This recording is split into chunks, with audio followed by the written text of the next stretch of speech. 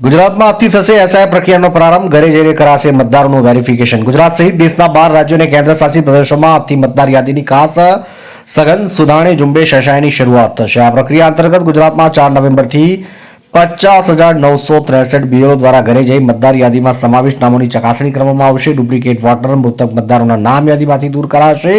Bogus voting અટકાવવાના ભાગરૂપે ચૂંટણી પંચ દ્વારા કવાયત હાથ ધરવામાં આવી છે.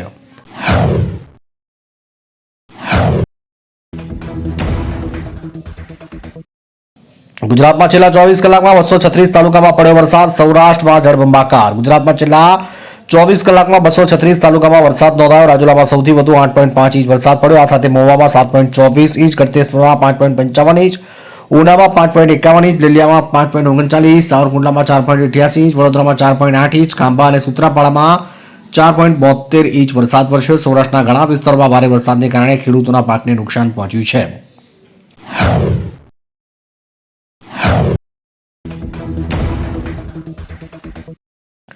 આજે 13 જિલ્લામાં પડશે ભારે વરસાદ. હવામાન વિભાગે જાહેર કર્યું યલો એલર્ટ. હવામાન વિભાગના જણાવ્યા અનુસાર મંગળવારે કચ્છ, બનાસકાંઠા, પાટણ, દ્વારકા, પોરબંદર, જુનાગઢ, ગીર સોમનાથ, અમરેલી, ભાવનગર, ભરૂચ, સુરત, નવસારી, વલસાડમાં યલો એલર્ટની સાથે ગાજવીજ સાથે ભારે વરસાદની આગાહી કરાઈ છે. 31 ઓક્ટોબર સુધી માછીમારોને 4 દિવસ દરિયો ન ખેડવાની સૂચના આપવામાં આવી છે.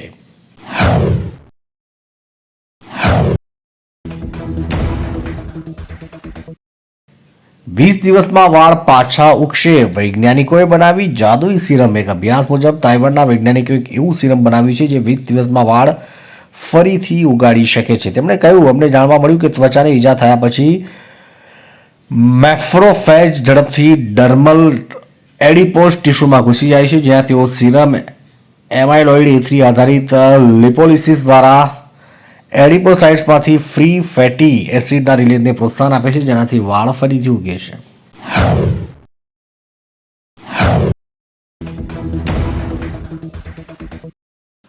ગુજરાતના 16 જિલ્લામાં આવશે પૂર. હવામાન વિભાગની 24 કલાકની પૂરની લઈને આગાહી સામે આવી, જેમાં ઉત્તર ગુજરાત, મધ્ય ગુજરાત, સૌરાષ્ટ્ર, કચ્છના 16 જિલ્લામાં સમાવેશ થાય છે. આ જિલ્લો અમરેલી, ભાવનગર, બોટાદ, ગીર સોમનાથ, જુનાગઢ, જામનગર, રાજકોટ, સુરેન્દ્રનગર, મોરબી, કચ્છ ઉપરાંત અમદાવાદ, અરવલ્લી, ગાંધીનગર, મહેસાણા, પાટણ અને સાબરકાંઠામાં પણ શક્યતા છે. આ સાથે માછીમારો માટે આગામી 5 દિવસ દરિયો ન ખેડવાની સૂચના આપવામાં આવી છે.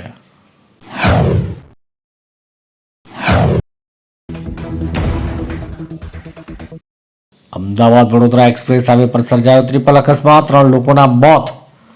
અમદાવાદ વડોદરા એક્સપ્રેસ હાઈવે પર સોમવારે ટ્રિપલ અકસ્માતમાં 3 લોકોના મોત થયા. કાર અને ખાનગી બસ વચ્ચે ટક્કર થતાં બંને વાહનોના ડ્રાઈવર અને મુસાફરો રોડ પર આવીને સમાધાન કરી રહ્યા હતા, ત્યારે પાછળથી આવતી ટ્રેન મુસાફરોને કચડી નાખ્યા. અકસ્માતમાં બસમાં સવાર 8 લોકો ઘાયલ થયા. ઇજાગ્રસ્તોને સારવાર માટે એલજી હોસ્પિટલ અને સિવિલ હોસ્પિટલમાં લઈ જવામાં આવ્યા છે.